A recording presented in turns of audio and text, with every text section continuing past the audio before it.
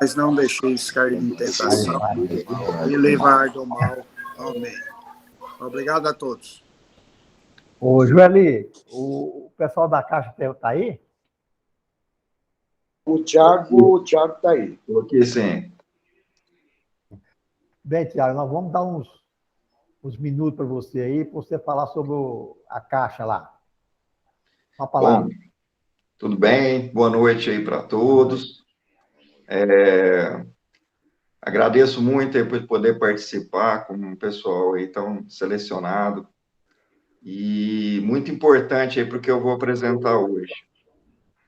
A Caixa, ela tem muitos produtos e serviços aí que as empresas que vocês trabalham aí, até a própria de vocês, têm interesse em chegar.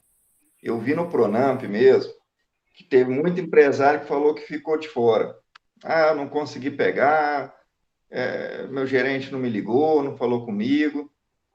E a agência que eu trabalho, lá no Centro-Oeste, que não é a mesma agência aí que eu tive a graça aí de conhecer o presidente do sindicato, o tesoureiro, né, o pessoal aí da equipe do sindicato, o Joeli.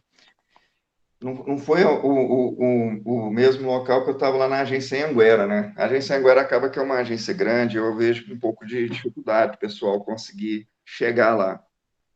Eu trabalho numa agência no setor oeste, que fica na República do Líbano, fica ao lado da Justiça Federal. Ela é a agência mais propícia para as empresas terem acesso. Aquela agência fica na República do Líbano com a Avenida B, né? Fica ali quase em frente ao Castro Hotel. Até quero depois passar o endereço certinho. Quem quiser pegar, pode pegar meu contato. Meu contato está à disposição. Então, tem WhatsApp, eu recebo lá na agência. Para quê? Para o pessoal ter acesso aí ao Pronamp, que atualmente não está disponível, mas nós temos uma outra linha de crédito que é a Fugentur. Muitas empresas não estão sabendo. Eu tenho inúmeras empresas no setor oeste que eu já enumerei, mais algumas empresas claramente em outros setores, tá? Só no setor oeste ali eu vi mais de 50 empresas que têm um cadastro no Cadastur. Então, quem tiver qualquer dúvida vai poder me acessar. Meu WhatsApp aí é liberado para qualquer um poder falar assim, não, eu quero falar com o Thiago, para eu poder abrir uma conta nessa agência, para a gente poder ter acesso a essas linhas de crédito aí, que às vezes está tão difícil, porque lá no setor oeste não ficou um cliente sem. Então, quando teve a pandemia, aquela taxa que era 1,25 mais a Selic, foi uma taxa muito boa, tinha carência para começar a pagar. A gente teve uma alteração agora na Selic, mas a gente tem uma linha de crédito que eu considero até muito melhor, porque tem um prazo maior, são 60 dias para pagar, que é essa do Fugentur. A diferença do Fugentur é que é uma linha de crédito específica para quem tem um cadastro no Cadastur. Então, empresas de alimentação, quase todas têm, hotel, algumas que trabalham com turismo, são várias empresas que nem sabem e tem um cadastro nesse Cadastur.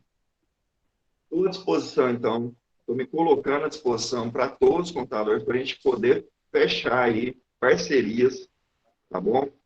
E não só esse produto, assim como cartão de crédito sem anuidade para as empresas, avaliar outras linhas de crédito ali, eu estou à disposição para todas as linhas de crédito. Então, assim, eu vou deixar um espaçozinho aí para vocês fazerem algumas perguntas que forem pertinentes aqui, essa pequena apresentação, para não estender muito, de repente, aí, porque os produtos são muito variados, né? Produto de crédito, a gente tem uma variedade muito grande, vai depender de várias situações. Às vezes, a pessoa querer esclarecer como é que a Caixa avalia os seus clientes, o que a Caixa usa, né? Eu já antecipo que é o faturamento fiscal. Isso realmente é uma característica da Caixa. Então, se uma empresa está interessada em obter crédito lá, realmente tem que ter um faturamento fiscal condizente, que vai ser em cima dele que a gente vai avaliar, né? E coloque à disposição para qualquer pergunta que vier aí a respeito aí da pessoa jurídica na Caixa. E se quiser que eu já mostre meus contatos aqui, eu mostro. Ou fica à disposição aí pelo grupo, né? jeito que vocês acharem melhor. Agora vocês comentam aí o que precisa. No chat tem o Escom que quer falar. Fala, Escom.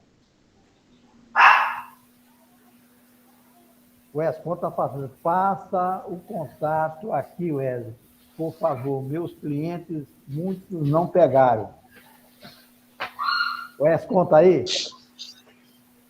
Escom deve estar sem microfone, Everaldo. É para o Tiago passar o telefone. Peraí, ó, Thiago, desculpa, eu deixei aqui no jeito aqui, ó, para se quiser olhar na tela, vai ficar mais fácil. Tem o e-mail meu da Caixa, quem quiser já mandar na Caixa alguma coisa, e tem meu WhatsApp.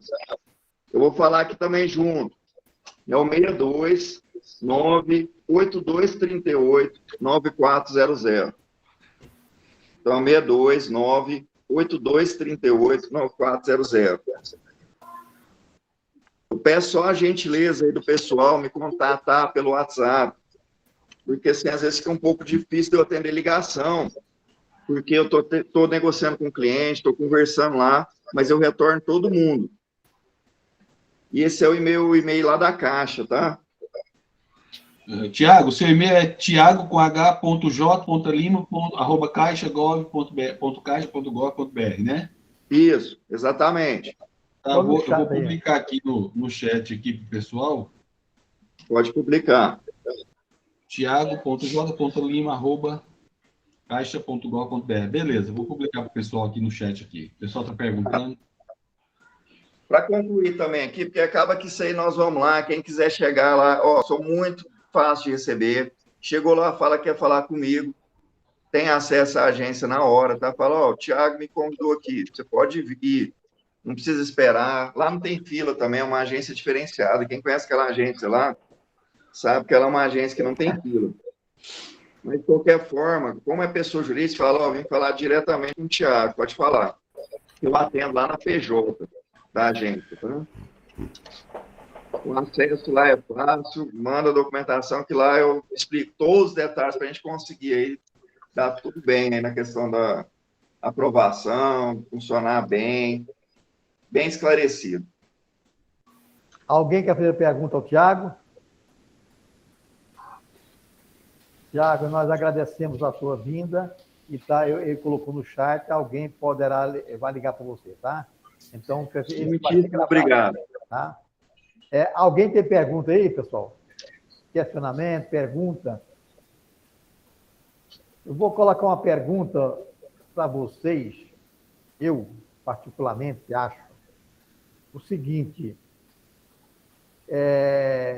Eu acho o seguinte, que nós temos que fazer uma campanha para ensinar o nosso cliente a emitir a nota fiscal corretamente. E a partir do momento que ele emita a nota fiscal corretamente, aí sim a gente poderá fazer o que ele está desejando.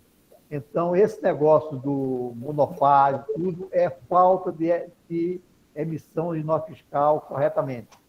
Vamos supor, as pessoas não colocam o CST correto, não colocam nomenclatura correta, e às vezes até erra o próprio CFOP. Eu não sei se vocês concordam comigo que essa ideia de a gente pegar, fazer com que ensinar, nós temos que, nós somos responsáveis também, ensinar os coloques. Se a nota fiscal está vindo errada, vamos falar para os contabilistas, certo? Para que ele faça emitir a nota fiscal corretamente. Porque a partir do momento que eles erram uma nota fiscal, se ele errar uma nota fiscal, automaticamente, vamos supor, se recebe, eu não posso aproveitar o crédito. E se sai, até eu permitir que o pessoal colocasse o débito, mas obrigatoriamente ele terá que fazer uma nota complementar para arrumar a nota fiscal. Então, a nota fiscal, o CGML, ele traz tudo que você pensar na tributação, ele vai trazer, principalmente o PIS, COFINS, ICMS, traz tudo lá. E se não vier corretamente, não tem jeito de a gente lançar. Eu não sei se alguém discorda de mim, se não discordam, certo? Então fica essa ideia que eu vou persistir para que as pessoas saibam emitir pelo menos a nota fiscal corretamente. Alguém quer questionar?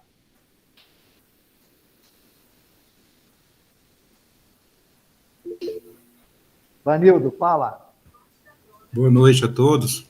Severaldo, eu acho isso praticamente impossível. É muito complicado. Tem até os casos que o sistema do escritório é interligado com o sistema lá dos clientes. Tem casos dos sistemas que o cliente emitiu uma nota, já cai na escrita fiscal do escritório, automaticamente, nota de saída, entrada, já vai para a parte de entrada lá da escrita fiscal. Então, os sistemas se comunicam. Até nisso é complicado, porque você vai passar o dia muito tempo sofrendo com esse negócio. Tem que arrumar uma pessoa para quebrar a cabeça. Rapaz, acabei de te explicar o negócio aqui, está parametrizado. Você usou outra, companheiro. Então, é muito... Vanildo, me permita, Vanildo. Ele tem que ter um funcionário lá, e aqueles casos que, às vezes, é uma pessoa lá que leiga, que não conhece nada, vai mexer com, e põe lá para mexer com nota. Ô, Vanildo, eu pergunto, se a nota fiscal está errada, como que você vai fazer para que ele pague o imposto correto? Aí é que tá. Se você confere na hora, se tivesse a comunicação, fosse possível, assim, eu acho que isso aí, para ajudar nisso, teria que ser a Secretaria da Fazenda, tá no meio disso, porque toda nota que o cara emitisse, ela deveria ir lá via sistema, para o sistema do contador que está vinculado àquela empresa lá na Secretaria da Fazenda. Ele ter ciência daquele XML naquele momento ali. Tipo assim, via sistema, tudo sistema. Caísse já no sistema da escrita.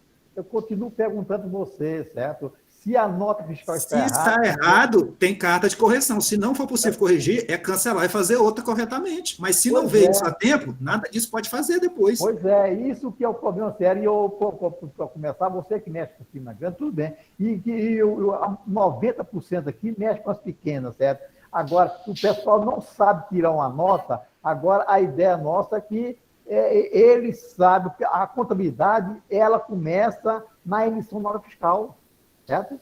Agora, e se é praticamente impossível, então, todas as nossas contabilidades estão capenga, né? Todas, Severaldo, porque não tem para onde correr. A questão é lá dentro da empresa, não tem uma pessoa capacitada para emitir nota. E as pequenas é pior ainda, porque muitas das vezes é uma pessoa só, um faz tudo, e ele... isso aqui tá bom, eu consegui emitir a nota, não interessa o resto aqui, que código que põe, eu quero é me livrar desse negócio aqui, emitir uma nota fiscal. O que está por trás aqui de código, se está certo ou não, se o contador vê depois, ele se vira. Pois é, mas como é que com esse trabalho, certo, vai ficar, como que ele vai fazer com um caso desse, certo? Porque a Receita Federal poderá vir fiscalizar 5 anos para trás e vai ser autuado, todas as empresas vão ser autuadas?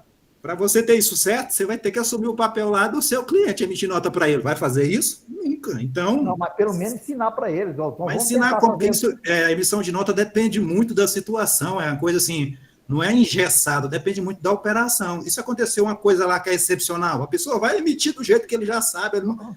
Pois é, e como que faz, Vanildo, se o começo da nota fiscal está errada, você vai apresentar a contabilidade errada, vai ser fiscalizado, vai ser autuado. Aí é o risco da empresa. Esse ponto aí o contador a função dele é orientar. Agora, chegou correto? Chegou errado? Isso aqui está errado, o correto é assim e assim. No mês seguinte, a pessoa emite de novo errado. Você vai sofrer isso aí eternamente, porque, companheiro, eu já te expliquei isso aqui 1 milhão de vezes, você continua fazendo errado. Mas você vai lá no cliente, vai ter que emitir nota por ele? Nunca. Então, eu vejo isso aí uma coisa que não tem fim. Se não tiver pessoa capacitada para mexer com nota fiscal, não tem solução. Não tem. Porque é muito detalhe aquilo ali, é muitos detalhes. Se a pessoa não tiver conhecimento, vai escolher um código qualquer lá, passou, não deu erro, já está emitida a nota. Mas aí agora fiquei abasbecado, certo? Você, Vanildo, que é uma pessoa que trabalha em grandes empresas, certo? Que tem esse controle tudo, certo? Que isso é impossível fazer, certo? Eu fico assim, imaginando como que fica os outros, hein? Então, a nossa comunidade é tão capenga que não vai valer de nada, certo? Parece, certo? Então, nós estamos fazendo a comunidade dos custos, certo? Porque o primeiro passo de uma comunidade é a emissão de documentos. Se o documento está errado, como você persiste com a contabilidade sua? Severaldo, a gente tem que partir de uma coisa. O que está errado? Vamos ver o que está errado. Porque a gente dizer que tudo está errado Ele não pode partir Não tô disso, ele tem falando que que tudo partir tá de alguma errado. coisa assim. Mas o que está errado? Mas você falou que é impossível fazer isso, pô. Sim, chegar tudo certinho, 100% negócio de nota, nunca vai acontecer, porque, por exemplo, assim, um CST vai estar errado, um Eu não tô CFOP, a gente tem que falando ver ó, a operação em si, está correta, é passível de carta de correção. Agora, se já chegou uma coisa Todas 100% errada, não tem como cancelar mais nota, vamos ficar naquele sofrimento de emitir nota lá, de anulação. Então, a Você vida tem do corpo ideia, de parte fiscal você é tem esse ideia. sofrimento aí. Vanildo, para você ter ideia, as empresas que saíram do Simples Nacional estão emitindo nota fiscal sem o destaque do ICMS. Porque quem mexe lá no fiscal não é capacitado, não tem conhecimento. Quem emite nota não tem. A pessoa que tem faturista dentro de empresa não tem. Poucas empresas têm isso. Cadastra, vai lá na empresa um cadastro uma vez, ingessa aquilo e pronto. Aquilo lá é tipo aquele Deus do céu, cavalo de carroceiro negócio... que tem aquele negócio do lado, não enxerga mais nada depois. Tá bom, eu vou escutar os outros aqui, certo, para ver. Primeiro, o Joeli. Ô, Everaldo, eu pensei aqui tal aqui, mas eu estou achando que quando vai para o XML, alguns dados, por exemplo, cálculo do ICMS, às vezes uma outra coisa que o XML poderia recusar isso aí, que a situação é infinita, né? Sim, sim. É infinita, a situação é infinita. Para o XML reconhecer tudo isso aí, eu acho que não tem condição. A não E ser, agora por eu exemplo, pergunto, como que nós vamos fazer, gente, que a nota fiscal vem errada e nós vamos ficar eternamente aceitando essa nota fiscal errada e a gente vai lançar aleatoriamente, sem qualquer critério? pois é, esse aí que é o grande problema, né? Eu passar Porque, por exemplo, o ICMS vem sem IMS. Não teria jeito do XML recusar essa nota, alertar o empresário, ó, não tem o ICMS. Porque para ver o CFOP é bem complicado, não é? Tem gente que é o CFOP. Pois é, tem gente que envia até sem o ST, sem CFOP, né? Pois é, mas eu pergunto... alíquota errada. Vai ser. Vai ser o quê? Tá bom, Abrão, fala. Foi como o Vanildo.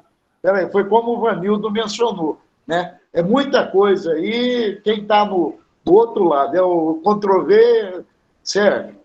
Ah, meu Deus do céu, tá. Então é a situação, mas tem que chegar lá, né? Não pode, do jeito que está, vamos começar para ver se arruma. Eu estou pensando exatamente ver se exatamente.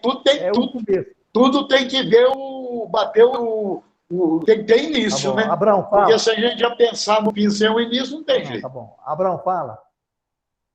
Veraldo, você levantou um ponto aí bastante positivo para nós que trabalhamos na área, que somos responsáveis pela contabilidade da empresa toda, escrituração, e nós temos a obrigação de orientar e tudo.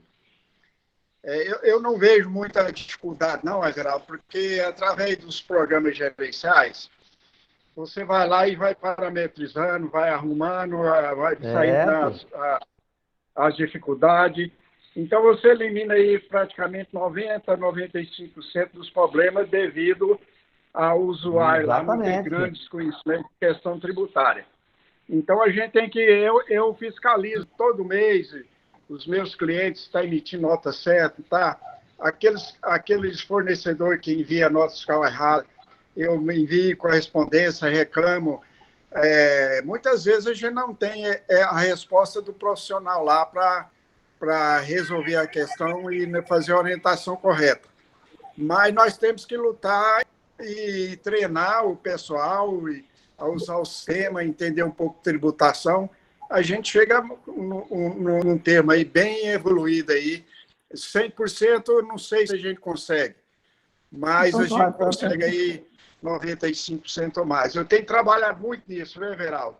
Você tem falado muito que a contabilidade começa pela emissão da nota fiscal, tanto a nota fiscal de produto industrial, de comércio, a comércio atacadista, varejista. Você vê até nota fiscal de serviço errada, né? Então, precisa alertar isso mesmo, Everaldo.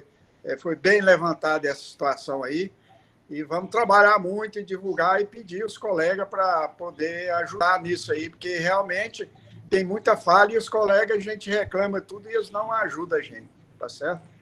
Vamos seguir em frente. Mas não é muito difícil, não. A parametrização no programa gerencial resolve muita coisa. Muito obrigado. Antônio Eudes, fala.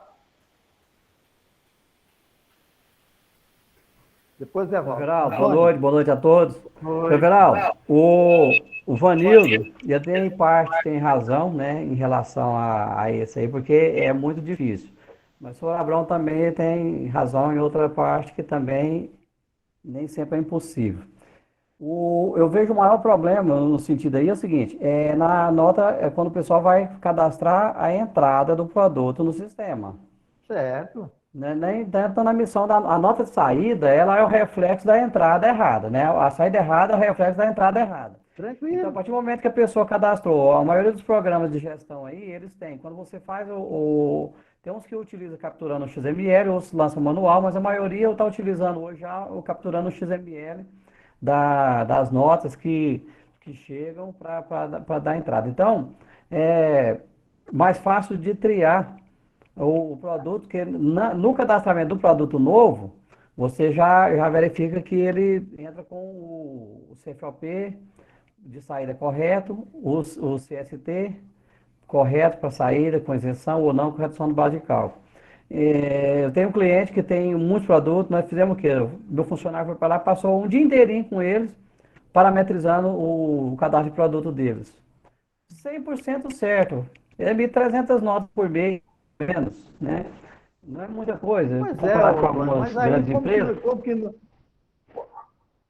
Você conseguiu fazer isso. Como é que a gente vai pegar que não precisa fazer? Eu acho que você está correto, colocou uma pessoa lá para tentar resolver o problema. Você concorda comigo que a contabilidade inicia com a emissão da nota fiscal? Inicia porque se vem errado, vai tudo errado para frente, que a gente tem um SPED fiscal, né? E outra coisa, o que eu vejo assim, muitas vezes eu vejo colega aí sair doido aí, como se diz, estapeando para procurar programa gratuito de emissão de nota fiscal para o cliente dele. Aí tem cliente que tem um porte pequeno, e até concorda em usar um programa gratuito. Mas a maioria desses programas gratuitos, pelo que eu sei, eles não tem um controle de estoque fiscal, ele não tem assim, muita credibilidade para depois você emitir as notas. Pelo menos eu não tenho acompanhado, eu não tenho nenhum cliente que usa programa gratuito. Todos usam programa de gestão pago, porque você tem condição de exigir também até uma melhoria, se for o caso, no programador. E uma coisa que facilita muito é quando a gente tem uma interatividade boa com o programador, que você fala para ele, olha, eu tenho visto isso de falha no seu sistema. O que pode ser feito? Não, isso aqui pode ser arrumado. Ah, não, eu não sabia disso. É bom. Então, esse cliente que eu falei que eu parametrizei o sistema dele lá, o programador da empresa é super gente boa, aberto a sugestão. Então, nós já fizemos várias implantações, inclusive as questões daquelas... as mensagens de interesse do fisco que sai na nota, até para o SPED fiscal, nós colocamos tudo isso aqui, aquelas tagzinhas, modificou tudo aqui, que vem tudo dentro do nosso SPED. Aí eu importo para dentro do sistema da domínio e eu faço o meu SPED do programa da domínio, que busca todos os cálculos, todos os itens, e faz inclusive o bloco K, tudo dentro dele lá. A gente busca e faz, porque ele está tudo parametrizado para fazer isso aí. O nosso não está não, né? Tô falando, eu não sei se vai fazer o bloco K, essas coisas tudo e faz. Então, eu estou falando, da domínio eu busquei as informações que eu tenho, ele é bem mais completo que o nosso programa, sim, você pode ter certeza. Deixa eu falar ele, tá? Zé Walter. Boa noite a todos. Foi no nosso. O Antônio Eudes tem razão e disse tudo que se precisa fazer. Agora eu quero dizer uma coisa. O faturista nas empresas é o próprio vendedor, em 95%. Ele não quer saber de nada, ele quer vender. E muitas vezes a gente fala com o proprietário e fala assim, eu preciso pagar o seu salário, inclusive, eu tenho que vender. Agora, uma das coisas que a gente sempre faz é o seguinte, orientar tudo para que faça uma parametrização correta e qualquer dúvida que entre em contato com a gente. Isso aí eu sempre falo. eu tenho um cliente que sempre que ele vai emitir uma nota fiscal um pouco diferente do usual, eles ligam, quero emitir uma nota fiscal assim assado. Então, a gente explica. Então, o que é que precisava ter nas empresas? Um faturista, mas hoje quase ninguém tem. Inclusive, hoje está tão fácil fazer as coisas que o próprio empresário, na sua casa, ele já está fazendo as vendas e está emitindo as notas através do online.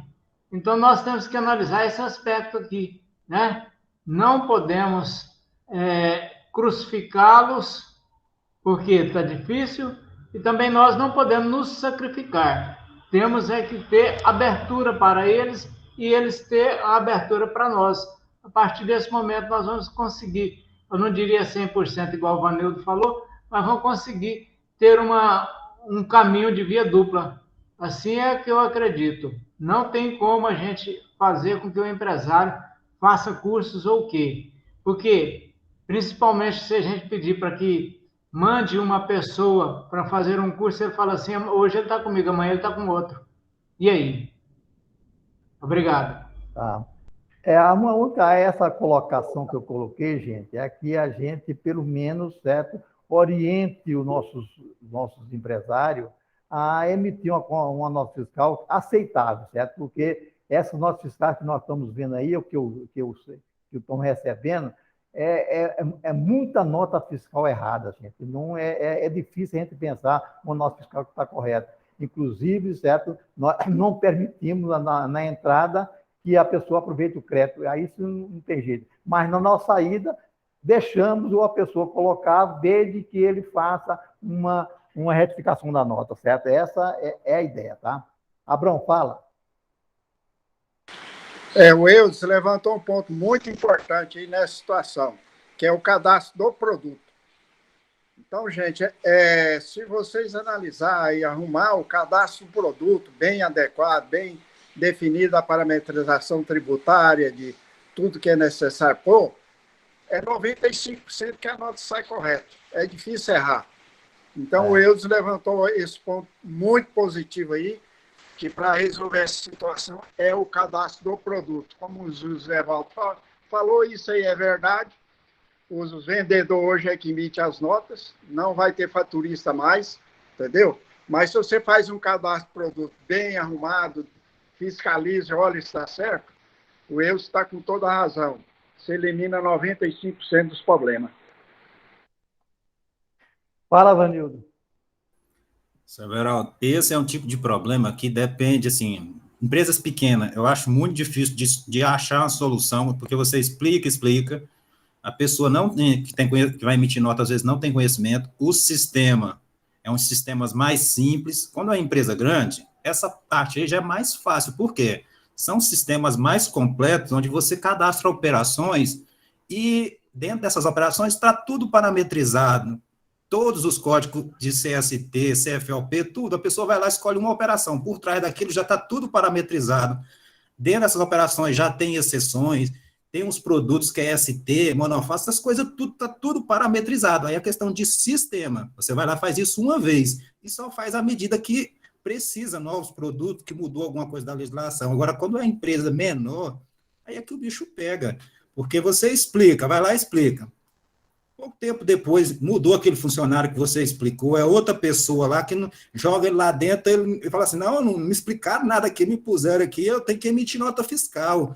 E ele escolhe lá qualquer coisa lá para emitir nota, ele quer emitir nota, não interessa se aquilo lá está certo ou não. Uma vez que passou pela Cefaz, foi aceito, ele não quer saber se aquilo lá está certo ou não, porque depende muito mais lá dentro da empresa, do sistema, de como é a parte operacional dele, do que do próprio contador, porque se a pessoa tivesse assim, quando o cliente tem aquela curiosidade e tem medo das coisas e sempre pergunta antes de fazer, é bom, porque você orienta, mas é aqueles lá que não está nem aí para nada, quando você vê, já chegou lá, já passou do prazo de cancelar, não tem muito o que fazer.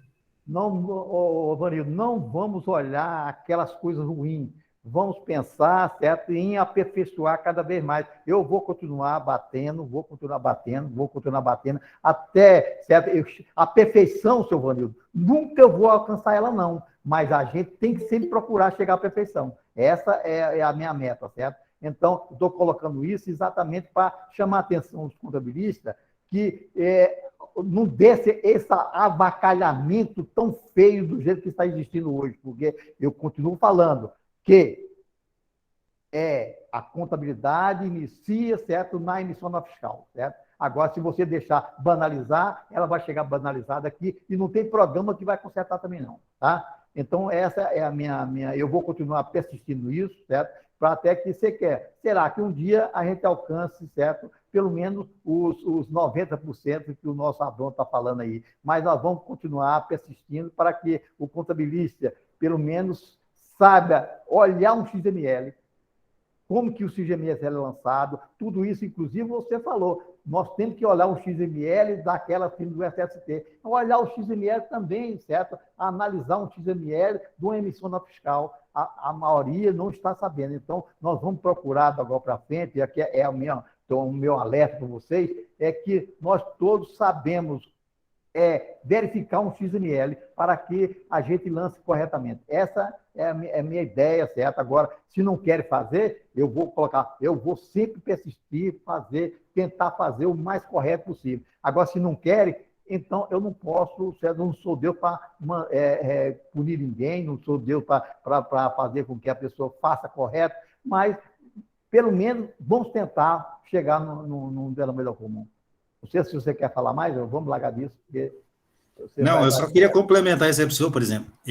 Poucos contadores que têm interesse em ir lá no portal da nota fiscal eletrônica, ver notas técnicas do que está mudando na nota fiscal, ver o manual de orientação, olhar o XML, procurar entender aquilo, ver todos os tipos de eventos que pode ter numa nota fiscal, no CTE, no manifesto, entender todos esses documentos que estão criando novo, se você olhar lá no portal SPED, tem pouca gente que às vezes clica lá naqueles tipos da dentro do SPED, as situacionais do SPED, que tem social, lá tem um negócio que eles já estão estudando já tem tempo, que é cruzamento para cruzar carga, ou seja, vão pôr tipo um chip nas mercadorias, vai ficar nas rodovias aí uns trecos, né, nas placas do veículo, a Secretaria da Fazenda logo já vai saber se chegou naquele destino ou não que está na nota. Isso aí, o projeto já está antigo, está criando um monte de coisa. Então, poucos contadores querem estudar essas coisas, pegar esses manuais, estudar isso. Quem estuda mais isso, eu falo por experiência, que eu já peguei muitos casos assim, programador. Às vezes tem muito programador que mexe com o sistema, sabe mais de negócio de XML, de nota fiscal, manual, como preencher essas coisas, do que muito contador. Mas isso que eu quero, Vanildo. E não sei por que essa condenação de vocês aí, certo? Não vou conseguir, certo? É impossível fazer, certo? Isso que eu quero, um começo, certo? Para alertar a pessoa, o contabilista, pelo menos entender o XML. Só isso que eu estou querendo de vocês. Agora, vocês falam que é impossível, isso que eu discordo de vocês. É impossível fazer as coisas. Nada na vida é impossível, gente. Tudo é possível na vida, certo? Só a gente, claro que perfeição nunca vou conseguir, não, mas pelo menos vamos tentar chegar a essa perfeição. E, pelo menos, o contabilista tem que entender, pelo menos, uma nota fiscal, olhar um XML lá, como que funciona o XML, onde que tem o PIS, tem o CONFINS, tudo o PIS, CONFINS, está tudo lá dentro, certo? E se essa nota fiscal, quanto mais correta ela vier, melhor para nós. Agora, o que eu discordo é que a nota fiscal vai vir errada e a gente vai deixar errado ao mesmo tempo. Nós temos que alertar isso. Essa é a função nossa, certo? De alertar um possível certa autuação, porque esse pessoal estão entrando no mercado aí, falando que pode alterar isso e aquilo, por causa da fragilidade nossa, que talvez a gente não exigiu até hoje, certo? Que o cliente emita uma nota fiscal pelo menos aceitável, certo? Essa é a minha ideia para que alertar os contabilistas. Não estou forçando ninguém a fazer isso também, não. Eu não sou Deus para fazer nada disso. Abrão, fala para Geraldo, quando eu comecei com informática, isso tem tempo, lá de 1975 ou mais, Um programador me falou uma coisa muito importante que eu não esqueci até hoje. Computador não erra, ele computa o erro. Então, se você não faz um cadastro correto, igual o Antônio falou, o negócio está errado. Sai.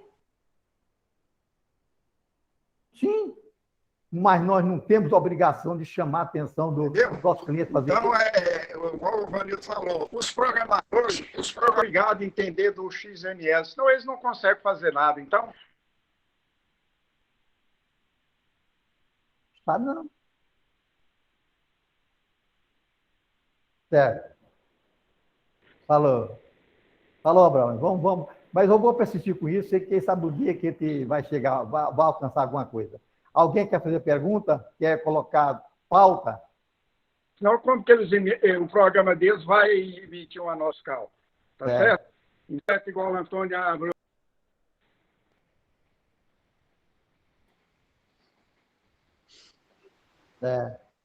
Agora, o problema é esse, fazer o cadastro correto, né? Mas não tem que continuar insistindo, fazer a coisa correta, fazer a coisa correta.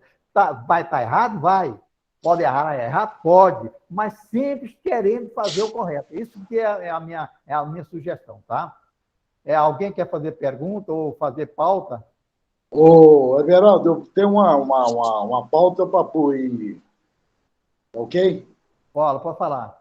Bom, eu tenho um cliente aqui que ele vende, não sei se a palavra está correta, virtual. Certo? Você compra tudo, ele só vende para consumidor. Não é para revenda, não, é só para consumidor. Aí, ele está emitindo a nota, e na nota fiscal, ele está embutindo lá no frete, o frete.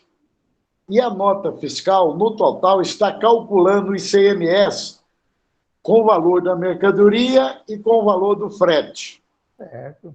Certo. A gente puxa lá pelo XML, aí não estava vendo as notas, não. Puxar pelo XML, aí ele, como ele estava somando só o dele, menos o do frete, eu falei assim, mas está errado. Aí tiramos a relação do XML, mandamos para ele, você eu estou pagando ICMS do frete. Sim. Pelo menos no meu entendimento, eu acho que sim, pois ele está na nota fiscal. Certo? Não é ele que entrega, não. Certo? Ele paga aí outra empresa ou correio, sei lá quem for, que for entregar a mercadoria para ele e recebe no total da nota, suponhamos, R$500 mil, mais 50 mil de frete, 550. Sim. E o ICMS está sobre os 550. Sim. Eu quero ver se está correto ou não. Alguém discorda do Joeli? Está correto? Colocar quando o frete é embutido na sua venda, então ele paga o ICMS do frete. Alguém discorda aí? Abraão, fala. Leandro, eu não discordo, não, está correto. Eu costumo evitar esse problema, é o seguinte, eu mando botar uma margem suficiente já para incluir o frete por conta própria, para evitar esse tipo de problema, né? Entendeu? Então, o produto já embute o frete que ele vai pagar quando ele normalmente vende para ele entregar. Entendeu? Alguém quer... Fala, Zé Valdo. Fala, Zé Valdo. Mas o Joelito está certo. É o seguinte, ele não tem... Está certinho fazer isso. Agora, ele tem que ter o cuidado, é que quando ele for acertar com as empresas que levaram o frete, que ele aproveite o ICMS do frete que ele está pagando. Né? Aí ele vai zerar. Mas a empresa está no Simples Nacional, a dele. É para consumidor final. Aí não interessa a compra. Entendeu, Zé? Aí não interessa o compra.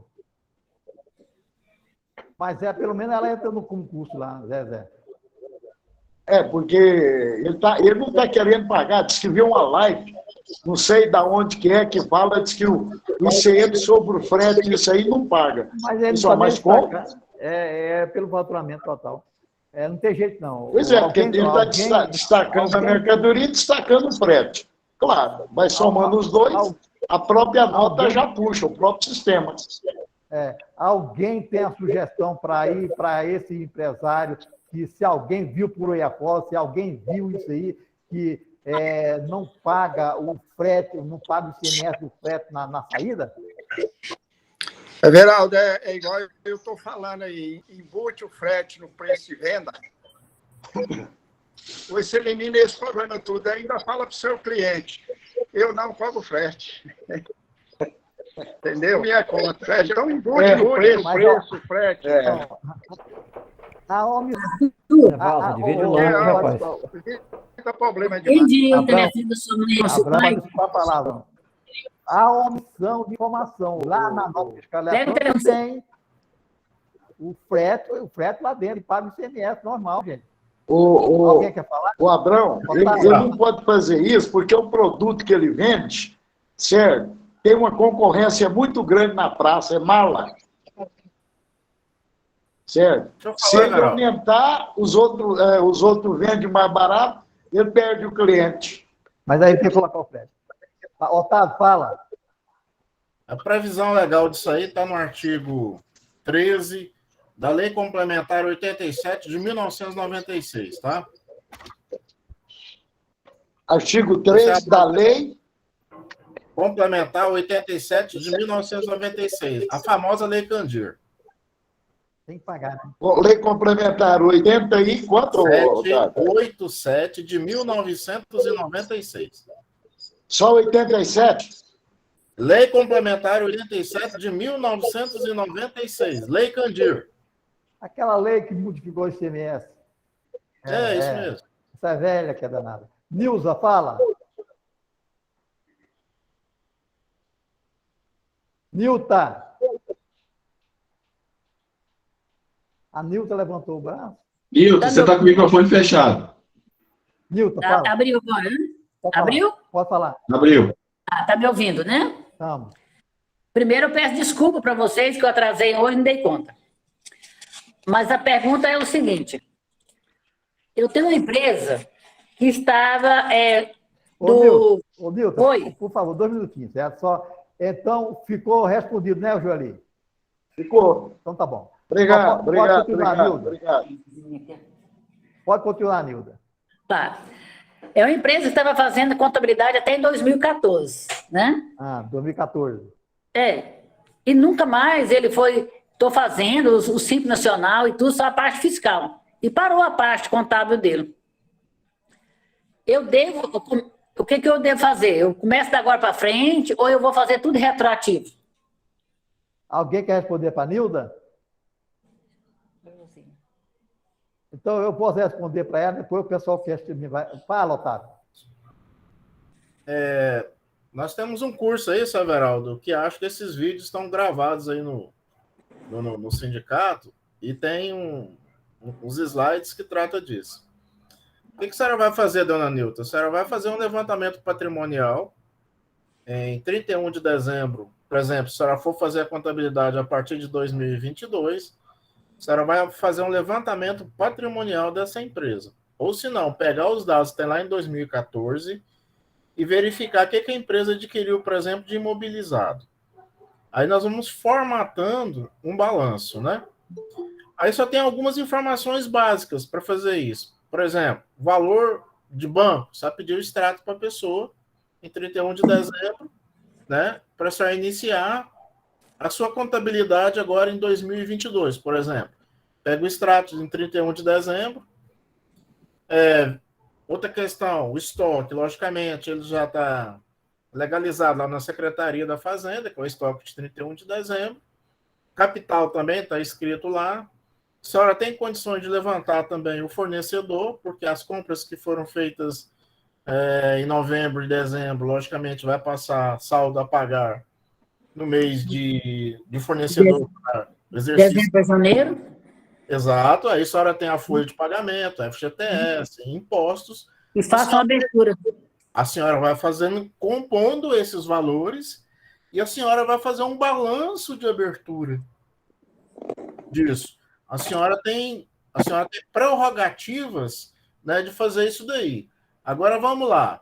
A hora que a senhora faz esse levantamento, o lucro, que se tiver lucro, a senhora não pode distribuir esse lucro. Essa é a única questão que a senhora não pode, porque não foi levantado em base legal, né? Vamos dizer, dentro das normas da lei societária, as normas brasileiras de contabilidade. Então, esse lucro apurado...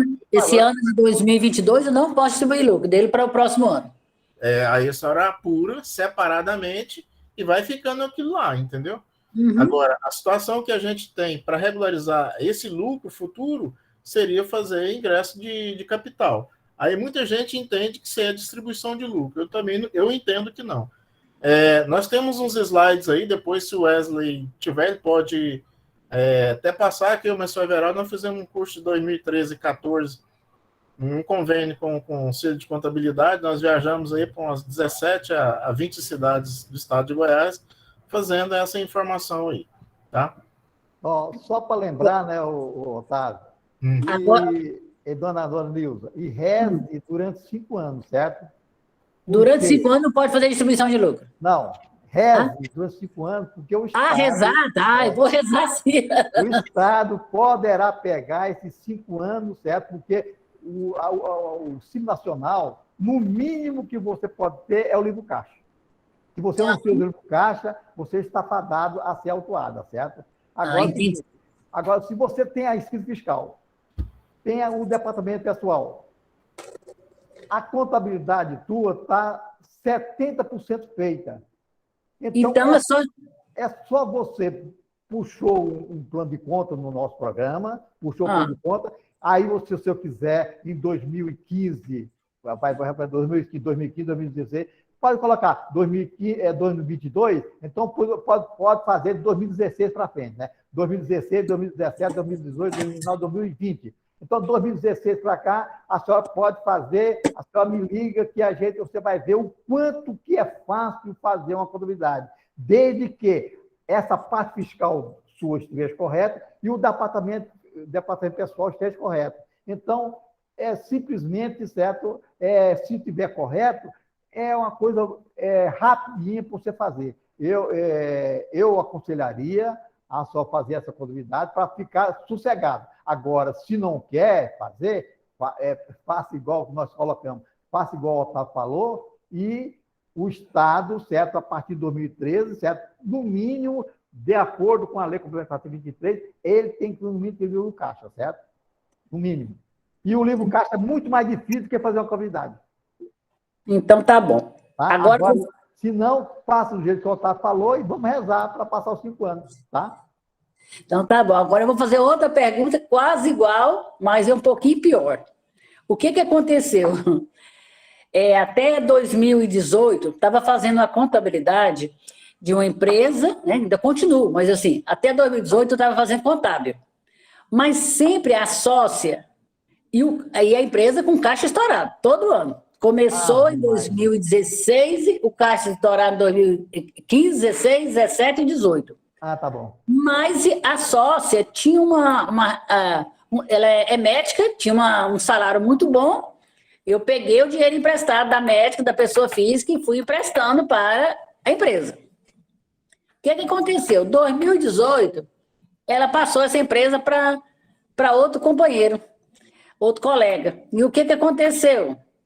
Esse sócio não tem receita nem de nada, né? Nem de R$1.000 por mês, que eu possa comprovar a receita dele. Ela não tinha declaração de imposto de renda, não tinha nada. Agora, o que eu devo fazer com esse caixa estourado desde 2018? Até parei de fazer a contabilidade dela. E aí? Agora eu estou com ele para pagar para essa sócia, que ela emprestou o dinheiro, a empresa não está com o caixa estourado, é uma empresa pequena e o caixa estourado. Olha, do jeito que você está falando mesmo, certo? Então, melhor mesmo é fazer, como o nosso colega Otávio falou, faça o levantamento patrimonial, coloque o caixa zero e o banco que estiver lá, e vão começar a contabilidade e realmente pensar, rezar para que ele não pegar. Tá? Rezar dobrado. Rezar dobrado. Fala, Bruno. A minha preocupação agora é esse caixa estourado, deve para essa sócia anterior, e a empresa não tem condições de pagar nem a sócia e muito menos cobrir o caixa dela. Ô, Nilda, Oi? você segue esse raciocínio do doutor Otávio? E se você puder, igual o Everaldo falou aí, você tem que contar com a sorte, né? Então, o que você faz? Você começa 2022, aí você faz a contabilidade 2021, 2020, 2019, até um dia você fazer pelo menos uns 3 anos, para você evitar algum problema. Então É um caminho, né? Entendeu? Não, é joelho dobrado mesmo, né? Com relação a é muita oração, muito joelho dobrado, né? E com relação a essa aí... Vou fazer isso, então. Esses empréstimos aí, se não houver pagamento dentro de 3 anos, eles são considerados fictícios, né? Entendeu? E aí... Considera quitado, né? E dá problema. E eu aconselho você pegar essa empresa e fechar o caixa dela todo mês e fazer o caixa ficar superável, né? Porque senão...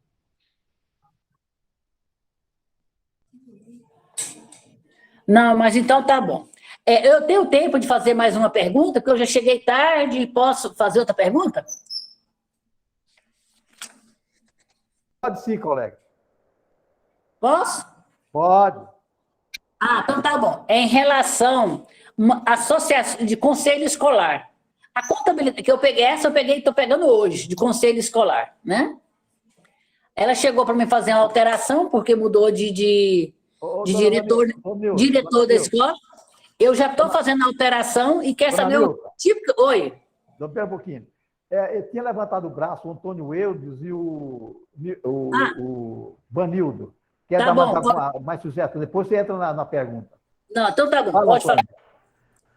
O que eu estou vendo aí, a preocupação, se a empresa está com o caixa estourado, ela está gastando mais do que está entrando, né, os recursos. Claro. Verdade. Né? E como é que está sendo a declaração lá na Dazene, né? Está chutada. Dazene, você está fazendo como? Está tudo negativo ou só estourando, só jogando despesa? Por outro lado, você vai... Aí já vem lá aquela preocupação do artigo 29, né, Sr. Geraldo? Né, sim. Nacional, que se as despesas superar 80% das entradas de recursos, ela pode ser excluída do simples. Eu estou vendo a preocupação aí, viu? Tranquilo. Vanildo, fala. Eu ia perguntar mais ou menos basicamente o que o Eudes falou, porque assim, de onde vem esse dinheiro? Está pagando aí coisa e não tem receita, e o dinheiro que está pagando isso aí, meu Deus do céu, de onde está pagando essas coisas, estourando o caixa? Está pagando. Não tem receita. E o dinheiro vem de onde? Por que não emite nota? A questão é essa. Está na cara que está vendendo, não está emitindo nota, não é isso? Isso aí a solução é emitir nota e pagar imposto. Senão você está assumindo a responsabilidade de assinar a contabilidade dessa. O Vanildo, o que o Otávio está falando, gente, o que eu vou falar, é começar agora e dona Deus, eles têm que rezar dobrado para eles não pegarem.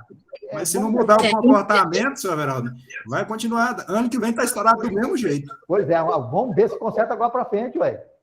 Fala, Otávio.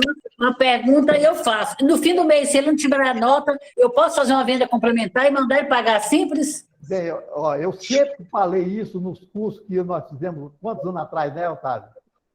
Que eu fazia, eu faço até hoje. Então, é o seguinte, gente, se ele omitiu o nota fiscal, você emite o nota fiscal do consumidor, não emite? Então, aquela nota fiscal do consumidor, claro que vai ficar.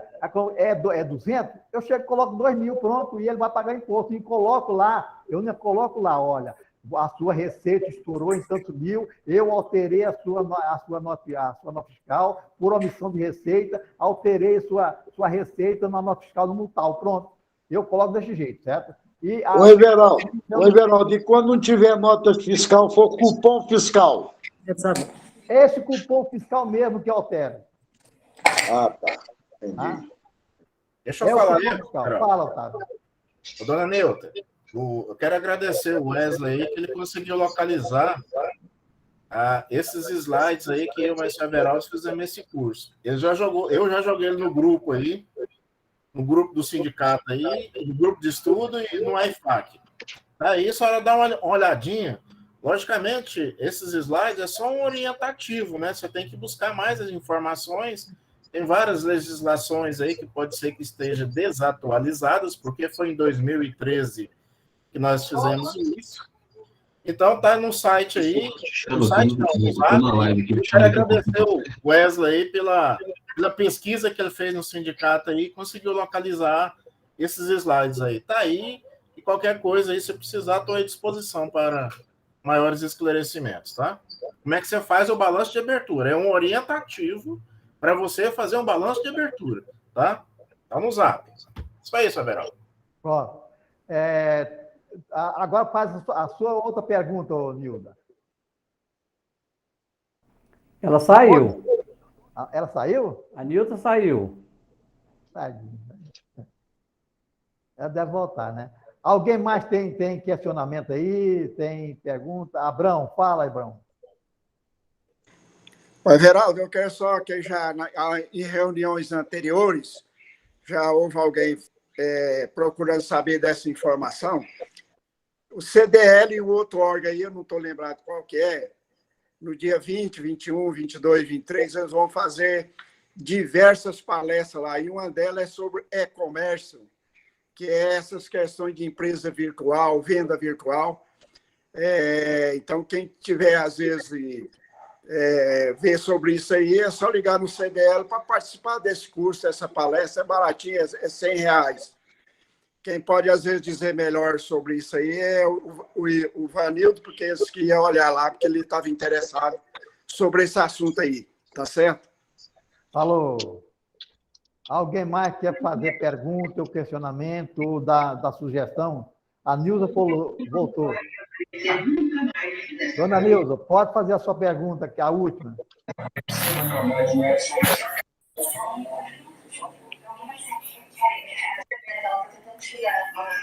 Um monte de áudio aberto aí.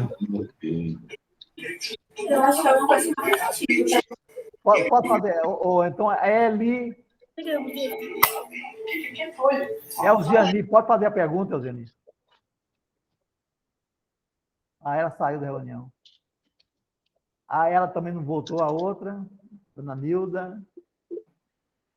Carlos Pereira. Carlos Pereira, fala, Carlos. Estão me ouvindo? Estamos. Oi. Oi, tá ouvindo, Everaldo? Estamos sim. Deixa a Nilza fazer a pergunta dela. Vai, pode deixar. Vai, Nilza, fala aí. Em relação ao conselho escolar, o que deve, a contabilidade do conselho escolar é somente a RAIS, a ECF? Nilton, você já está com 2 microfones abertos aí. O computador está dando eco. O Carlos, desliga o seu, Carlos. Isso. Pode falar, dona Nilza. Tá. Em relação ao conselho escolar, que é aquele código 3339, né, do CNAE, associação privada, né? Eu só vou fazer a RAIS dela, a ECF e a DCTF? Alguém quer responder para a nossa Nilza? Ela tem CNPJ, certo? Tem CNPJ, o conselho tem CNPJ. Ela tem renda? Nilda, ela tem renda?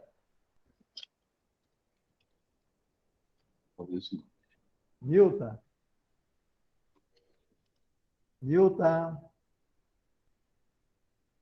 Ué, Everaldo, ela tá com o microfone ligado, mas acho que não estão ouvindo, não. Alguém tem conselho escolar aí para a gente vai falando aí, depois até ela voltar? Alguém tem conselho escolar? Ninguém tem, né? Eu acho, na minha opinião, eles estão obrigados como se fosse uma associação normal, né? Pode ser que ele seja isento de tributos ou coisa assim, mas é como se fosse uma associação. Alguém tem algum fundamento aí para a gente ajudar a Nilda? Severaldo, eu não tenho, né? Mas acho que primeiro tem que pensar. Isso é constituído no cartório, por meio de um estatuto? Como é que é esse negócio? Pois é, isso que eu ia perguntar para ela, né? Eu também estou achando que isso é bem parecido, como se fosse uma associação de moradores, sem fins lucrativos. Aí tem que, eu entendo que seja por esse lado, mas eu teria que falar como é que é constituído esse tal de conselho. A forma de constituição, deve ter um estatuto no cartório, CNPJ, eu acho que é a mesma coisa de terceiro setor, as mesmas obrigações. Mas pode ser que tenha uma exceção, aí tem que explicar mais detalhes, né? Eu trabalhava no interior, no banco, então tinha muitos esses conselhos escolares. Então, assim, a prática dele, eu não sei, mas ele era uma portaria desse conselho, era uma portaria da Secretaria da Educação. Aí tinha a eleição.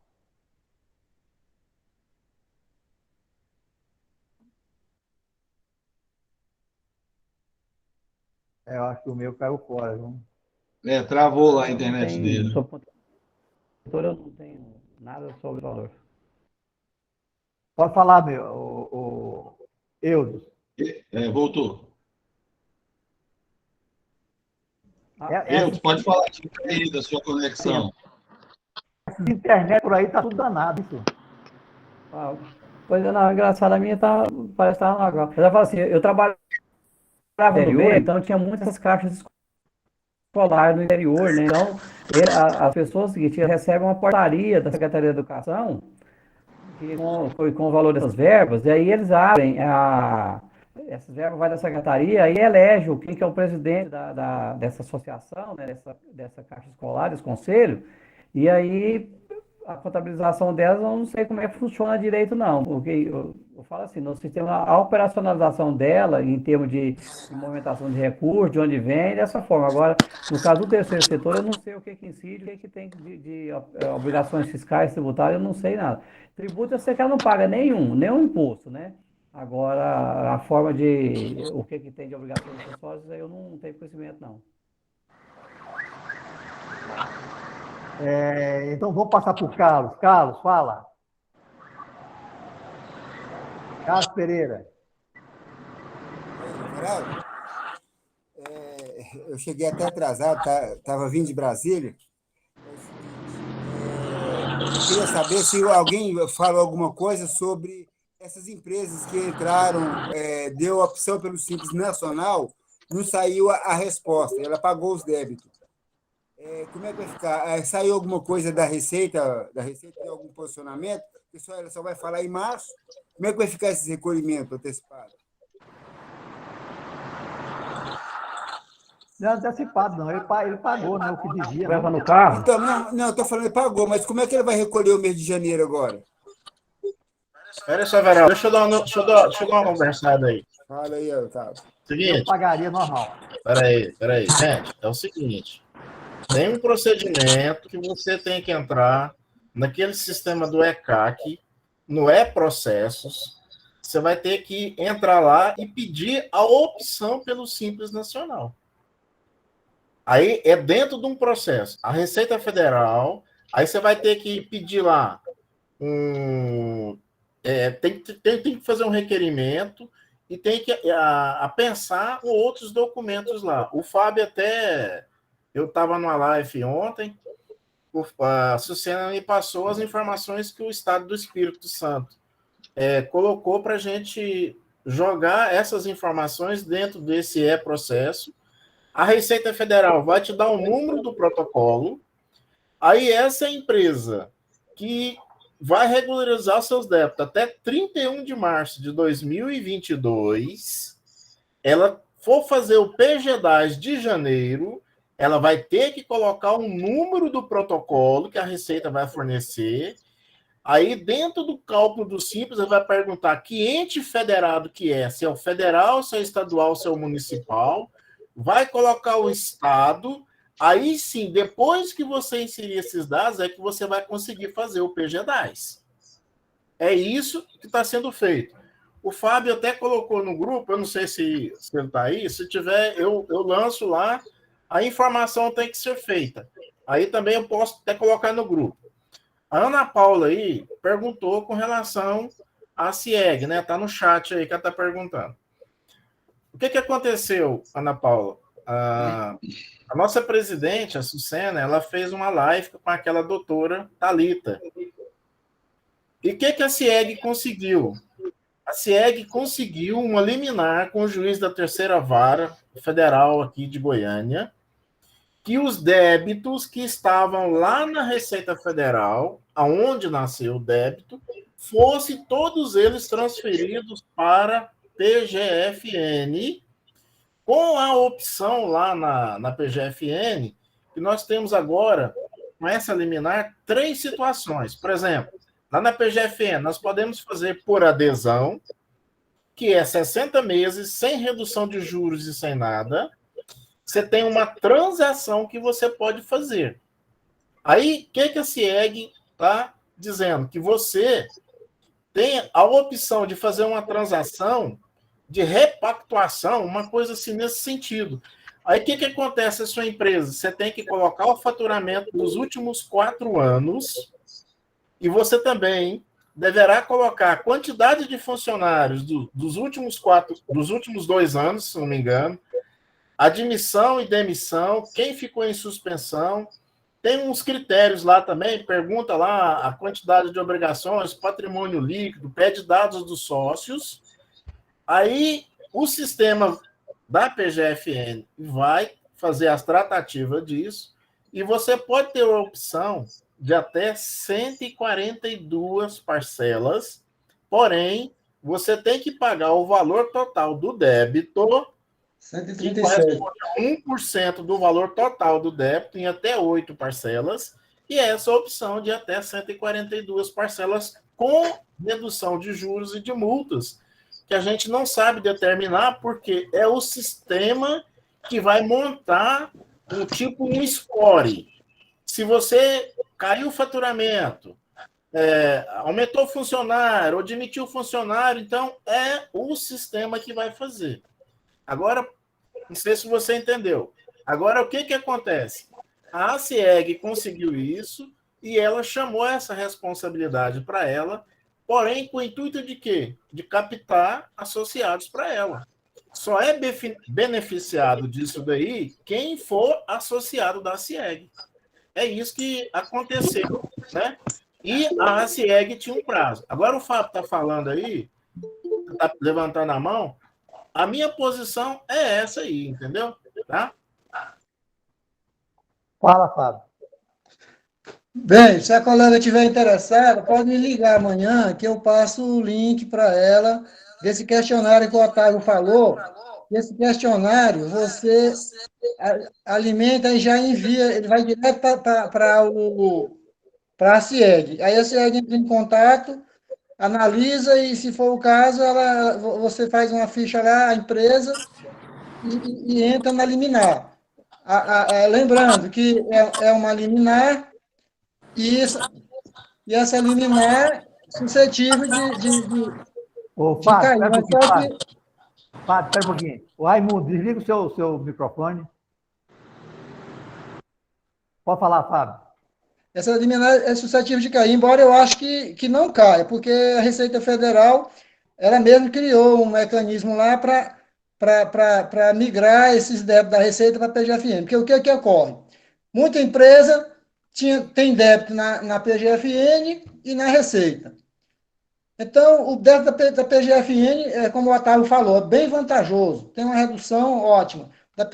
Da Receita Federal não tem. O que a CIEG fez? Entrou com uma liminar, né, solicitando que aquele prazo que a Receita tem de 90 dias para passar esses débitos para a PGFN seja passado instantâneo, ou seja, a liminar bateu lá, tem até uma ferramenta lá que a Receita já alimenta essa ferramenta e vai direto para a PGFN instantânea. Então, você já faz pela PGFN, nas condições lá que são 137 parcelas, com a primeira podendo pagar até em 8, como o Otávio falou, e já joga o débito da Receita e da PGFN.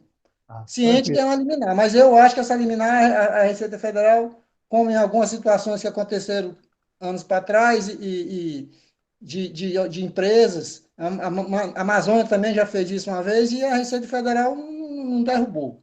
Né?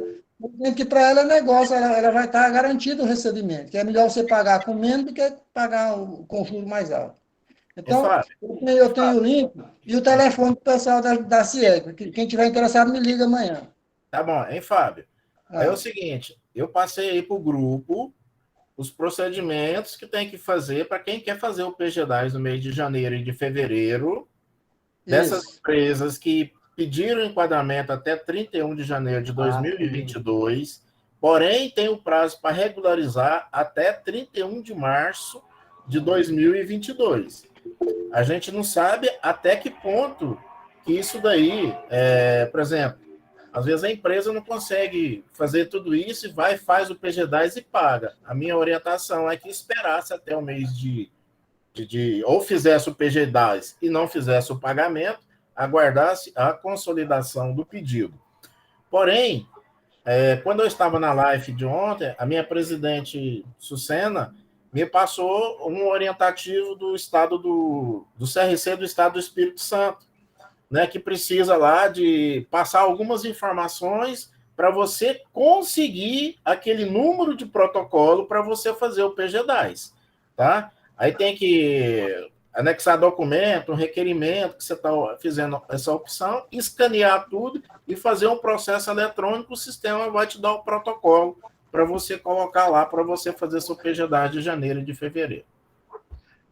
Só para o Carlos aqui falando, essas dívidas era aquelas dívidas anteriores a dezembro, aquelas empresas que estavam devendo qualquer coisa, então ela saiu do Distrito Nacional, saiu do Distrito Nacional. Aí ele tinha um prazo até 31 de janeiro, antigamente era assim, 31 de janeiro, para pagar e voltar a ser do Simples. Agora, com essa nova lei, então ele vai fazer o pedido em janeiro e poderia pagar até março. Agora, se ele pagou, ele, na minha concepção, ele é assim nacional e pronto, não? Não é, senhor Everaldo, não é assim, não. Ele tem... O que aconteceu? O Congresso Nacional, nosso parlamento, votou para que tivesse um refis mais favorável para as microempresas. O Bolsonaro, que esse ano é ano eleitoral, ele não pode fornecer benefício. Ele vetou. E para o veto dele ser derrubado no Congresso, eles arrumaram essa situação até 31 de março.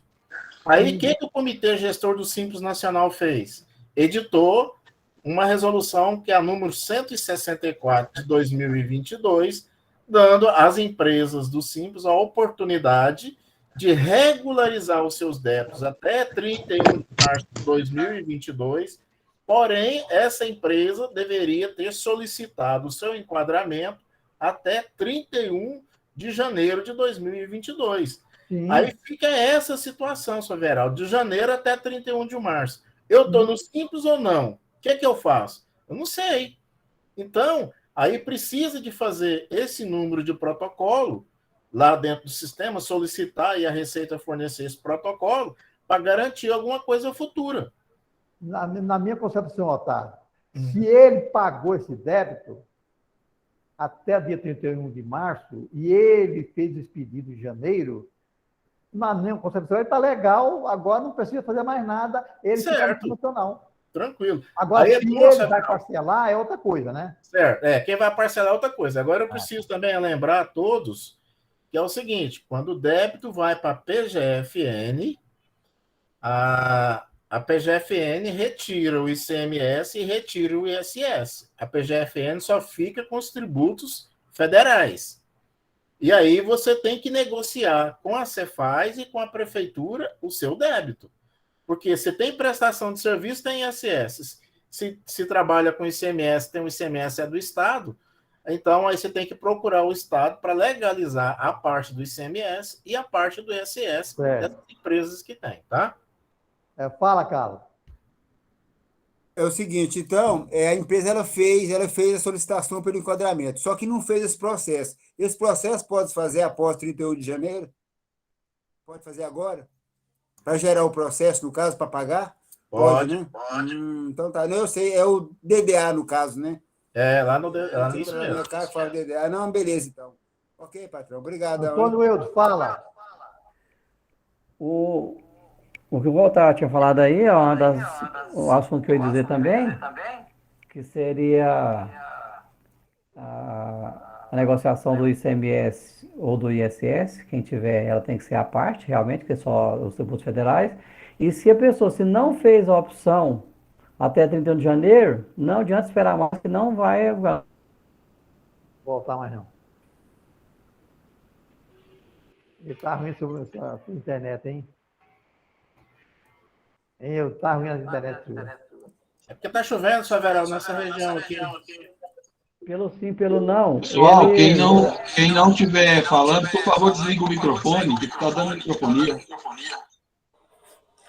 Então, assim, porque quem não fez a opção até 31 de janeiro, então não tem a opção mais de fazer essa opção, né? De enquadrar.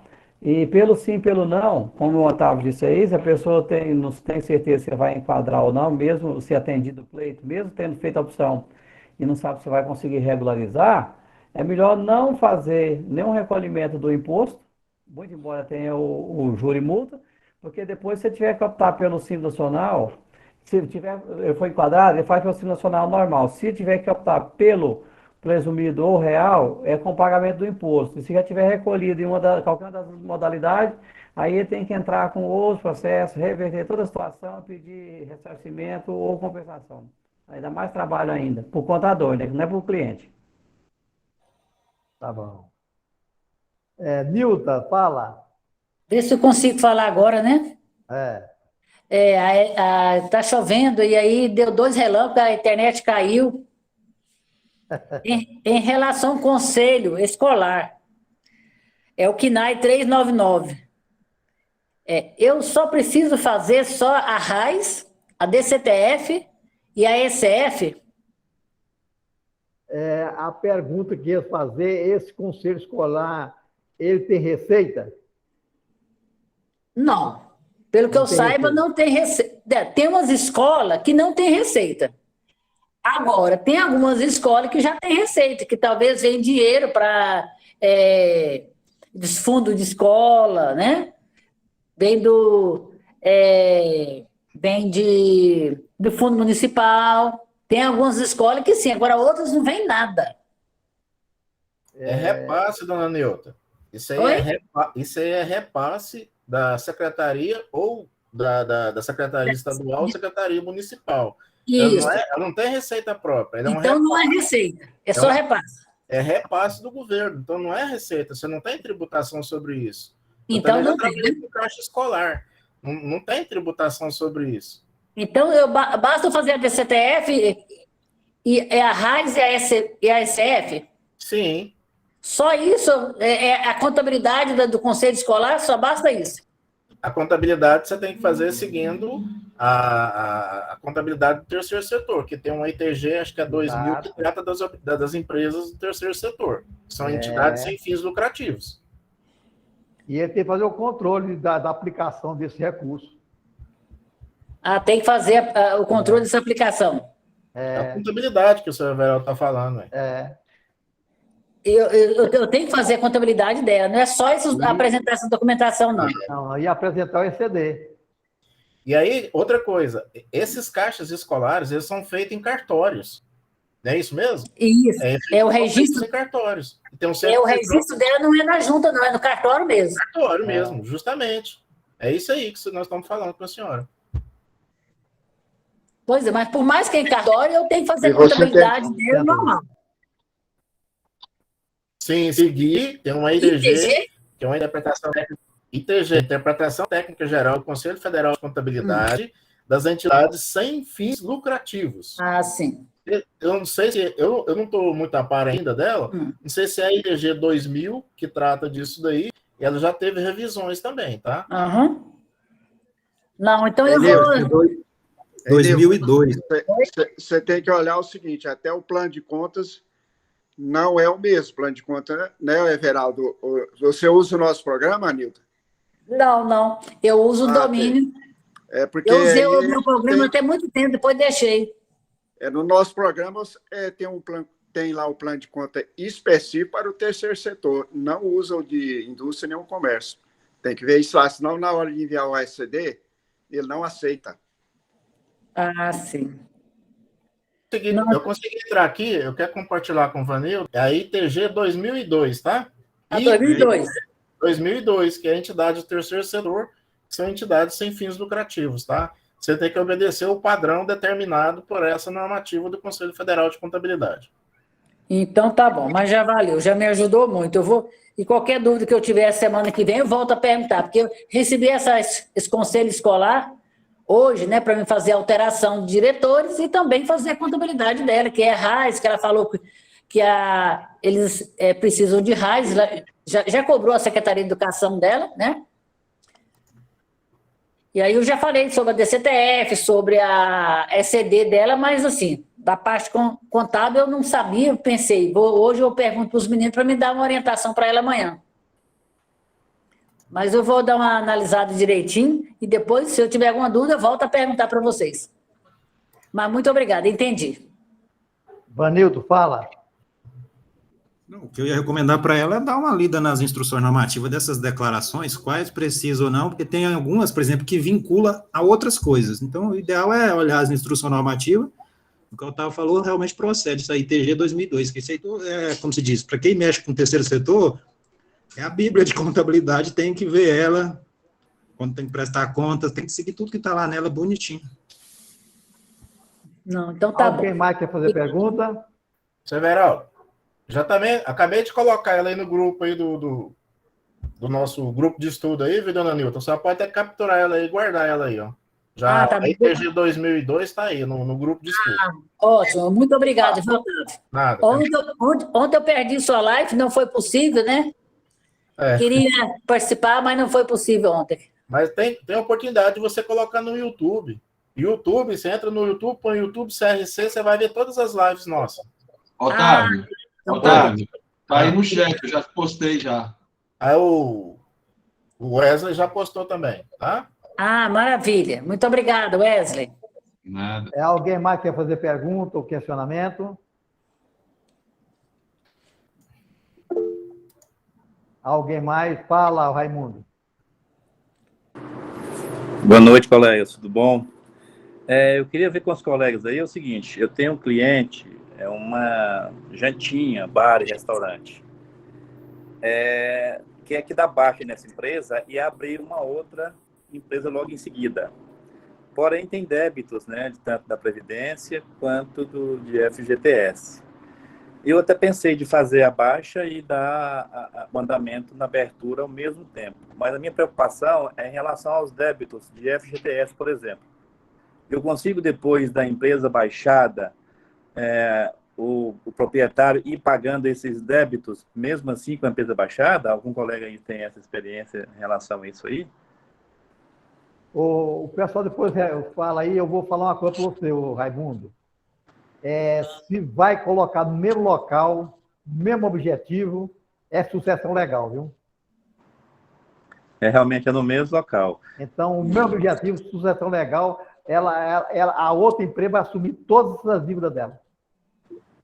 Né? Porque é o seguinte, pelo que eu sei, eu até já dei baixa em outra empresa com débito, né? Tanto municipal não, né? Que a prefeitura não aceita dar baixa com débito, mas federal e estadual, eu já dei baixa e depois o cliente pediu, parcelei os débitos para ele. Mas não foi nesse caso específico, né? Colocou no mesmo local. Agora, isso é porque o filho tomou conta dessa empresa, a mãe foi embora para outro estado e o filho está tomando conta. Ele, inclusive, é até funcionário, né? Só tem ele de funcionário.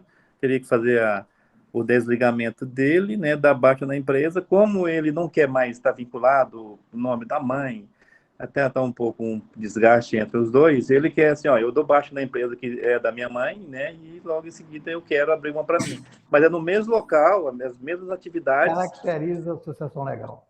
Fala, Abrão. Você falou, então, Vanildo. Vanildo. Não, o que eu ia falar, já cantou a pedra aí que o único funcionário é o próprio filho e é o que quer assumir a nova empresa. Falei, olha, o senhor Everaldo falou, realmente procede 100% sucessão. Tudo que tiver devendo, a empresa nova vai assumir. Aí vem o X da questão. Pode ser que seja via fiscalização, que é o que é mais difícil atualmente, né? Fiscal e não fiscalizar as coisas, a não ser que tenha muito azar, ou, no caso do FGTS, eu ia falar a questão dos funcionários, já que não estava recolhendo FGTS, os funcionários ir lá e questionar na justiça, porque aí a empresa nova ia ter que assumir todas essas dívidas que tem da empresa antiga, previdenciária e trabalhista, já que a única pessoa, o funcionário, vai ser o novo patrão, aí então cai por terra essa coisa, e ele não vai questionar ele mesmo. É porque é o seguinte, os funcionários que tinham, né, 4, 5, né, 2019 para trás, eles foram demitidos, mas acertaram tudo direitinho com eles. Então, esse único funcionário que é o filho, ele está desde 2019, final de 2019 para cá. Então, as pendências que tem, tanto de FGTS quanto de INSS, é em relação a esse funcionário. Né? Inclusive, a rescisão dele, eu não sei nem se poderia fazer essa rescisão, porque ele vai ser como pedido de conta, e depois ele pretende pagar esses débitos, sim. A minha preocupação, assim, tem algum impedimento da baixa nessa, abrir uma outra e ele pagando os débitos da outra com a atual funcionando, né? Eu não sei como é que fica isso aí. Antônio. O que eu quero saber do Fernando é se esses débitos são da agora, são recentes ou são da época antes que a mãe dele, do rapaz aí, que assumia, ou depois que ela assumiu, continua tendo débito? Ele assumiu, foi ano passado. Ele assumiu, ele está ainda como funcionário e ele assumiu ano passado. E ele é funcionário desde 2019. Então, os débitos os débitos são anteriores ou vem da sequência? Vem anterior e continua tendo débito?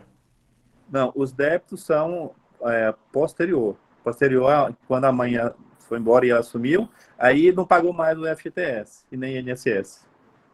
Pois é, então nesse caso, se o camarada está aí, olha só, se ele assumiu a empresa e continua os débitos, e hoje ele quer baixar porque o nome da mãe está sujo, mas ele está contribuindo para esses débitos que lá, porque se ele não tá pagando, que se ele não dá mãe, ele quer agora pegar o nome dele em colocar numa empresa, e se a gente pegar o histórico, ele vai continuar fazendo a mesma coisa, vai continuar debitando, sem pagar a mesma coisa, porque se ele não pagou durante o período que ele assumiu, desde 2019 que ele é funcionário, ele assumiu a empresa e não recolheu nada até agora, o culpado também é ele, desse débito está existindo. Então, para você, não vai, na prática, não vai resolver nada baixar uma empresa e colocar uma outra, porque vai continuar te dando trabalho do mesmo jeito.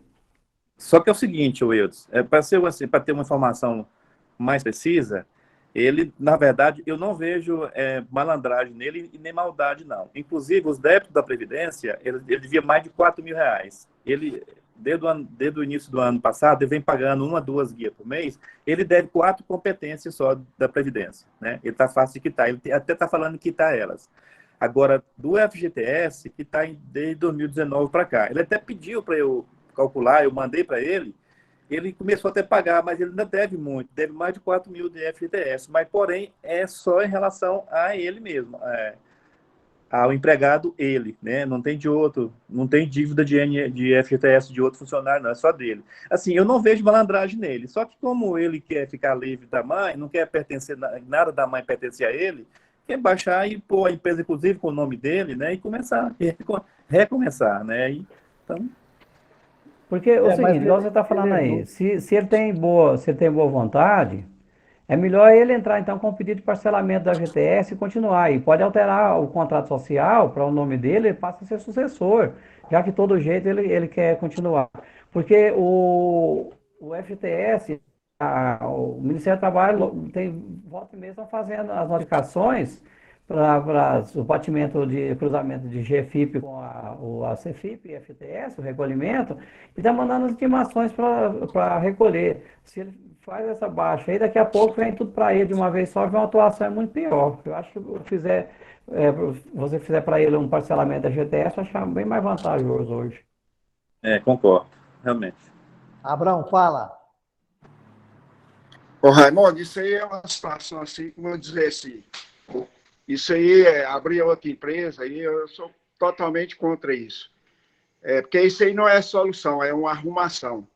O certo é você transformar, né? Tirar a mãe dele, colocar o rapaz e dar sequência na empresa, vai lá, parcela, vai recolhendo, porque você baixa o CGC, você encontra um monte de dificuldade depois. Então é só alterar o quadro societário, ele assume a empresa, a mãe dele sai, aí ele vai parcelando, vai recolhendo isso aí, dá uma solução desse jeito, porque A outra que você quer fazer não é solução, é uma arrumação. A firma é individual, né? O unipessoal? É empresário individual, sim. É individual. Eu até dei essa ideia para ele, a questão de fazer alteração mesmo. Só que ficou entre a alteração e a baixa e abrir uma outra empresa, né? E ele achou melhor da baixa. Só que eu não fui inciso com ele, eu não afirmei, assim, eu não dei esse posicionamento para ele que a alteração é a melhor opção. Mas a partir da manhã eu já posso fazer isso, né? Eu pergunto para vocês, o Eudes e o Vini, eu posso pegar uma firma individual, transformar ela em limitada, depois voltar para individual? Quem tem conhecimento de ser? Pode. Então, é fazer isso aí, ó. Passar para limitada, depois sai a mulher e ele fica só sendo individual e fica unipessoal. Mas não posso já fazer direto, essa alteração de empresário individual para unipessoal? Eu saiba, Pode. Não, pode. Ele pode transformar ela de individual para unipessoal e depois ele faz a alteração de sócio. Mas aí período sócio, eu não lembro, mas eu estava permitindo.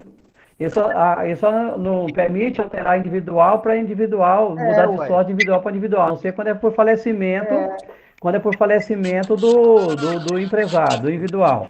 Agora você pode transformar ela de individual para unipessoal, limitada, né? Limitada. E aí você alterar o sócio. Mas hoje não tem individual, mas tudo é unipessoal, tudo, não? Não, mas se ela é um individual. Não, mas se ela tem lá o individual, é a natureza jurídica 213.5.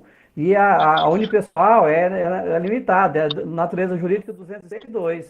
É diferente. As empresas antigas continuam existindo ainda. Enquanto não fizer a transformação dela, ela continua.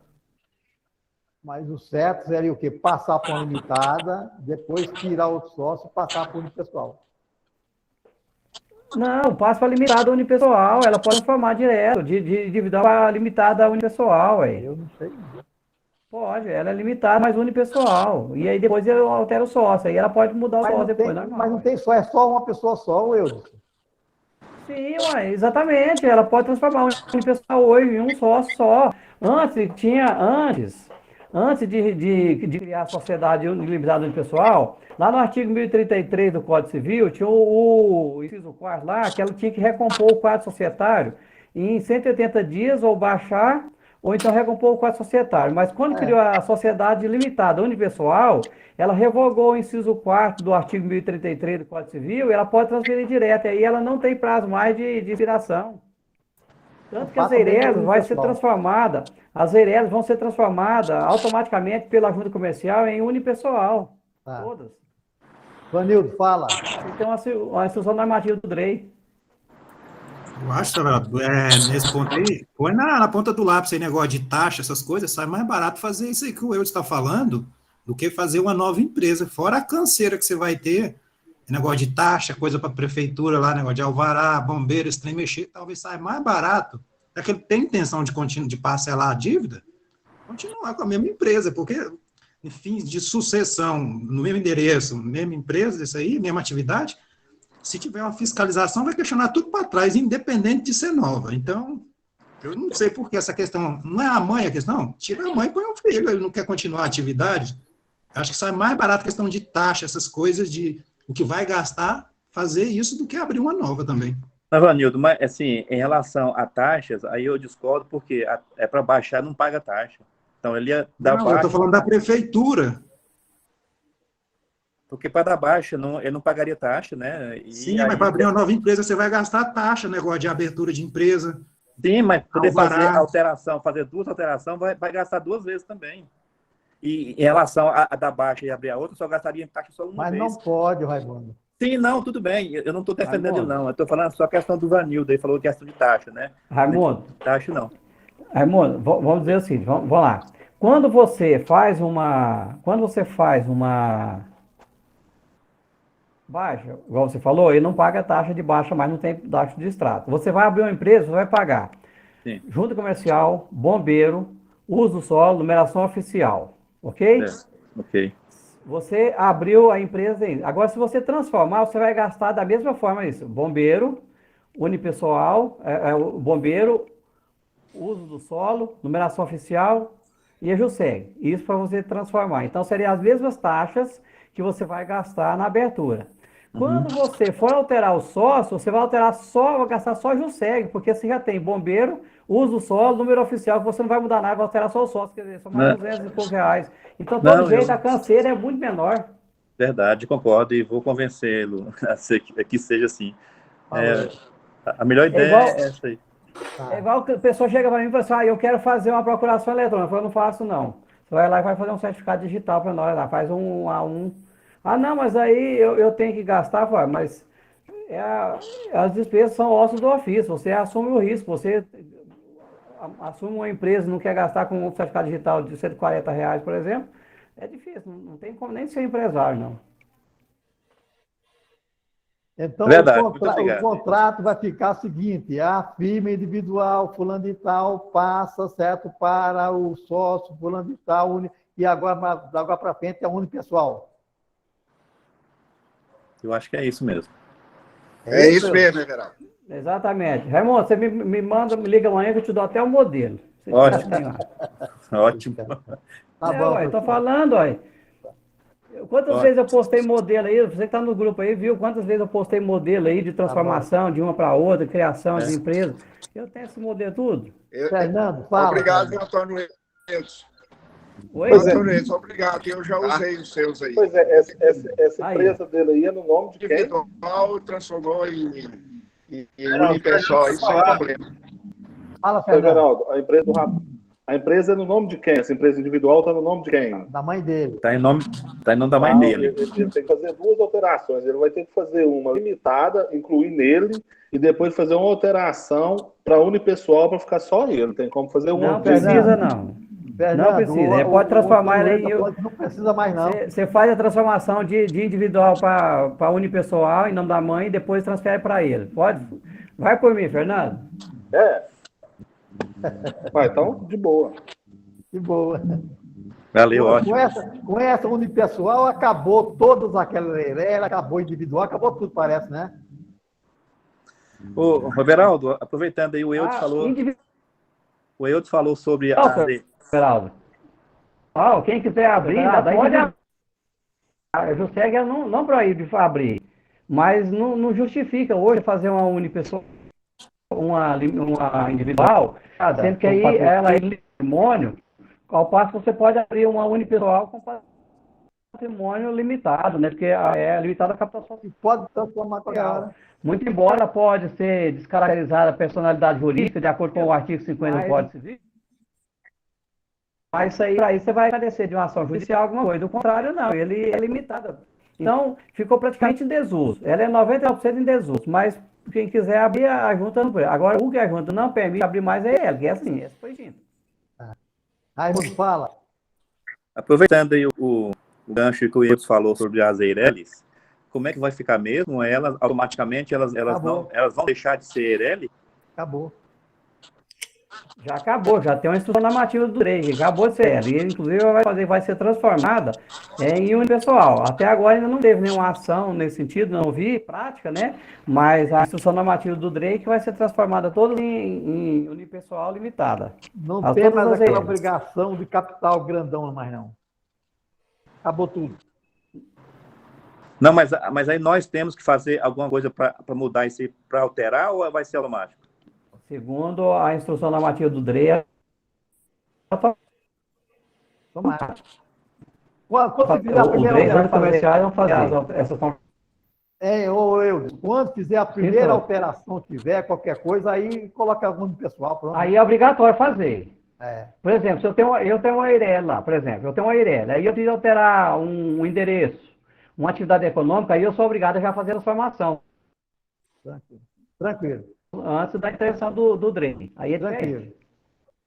Alguém mais quer questionar? Menino, já é 9 horas. Conversando, hein? Que bom, né? A prosa tá boa, vai passando rapidinho. A prosa foi boa. Aí eu sempre vou inventar qualquer coisa só para estender essa reunião, né? O pessoal quer ir embora logo. Vou inventar qualquer coisa todo dia. Bem, então, não tem mais. Vanildo, o homem que é pintor. Vai. uma meia hora aí. Eu fico esperando o senhor falar assim, ó. Boa, que eu vou no boa, eu já aperto. Pois alguém tem mais alguma coisa? Vou dar-lhe uma, dou-lhe duas, dou-lhe três. Pronto, acabou. O Bodinho não vai entrar mais, não. Até logo, pessoal. Até logo. Boa noite. Obrigado, pessoal. Boa noite. Boa noite a todos. Boa noite.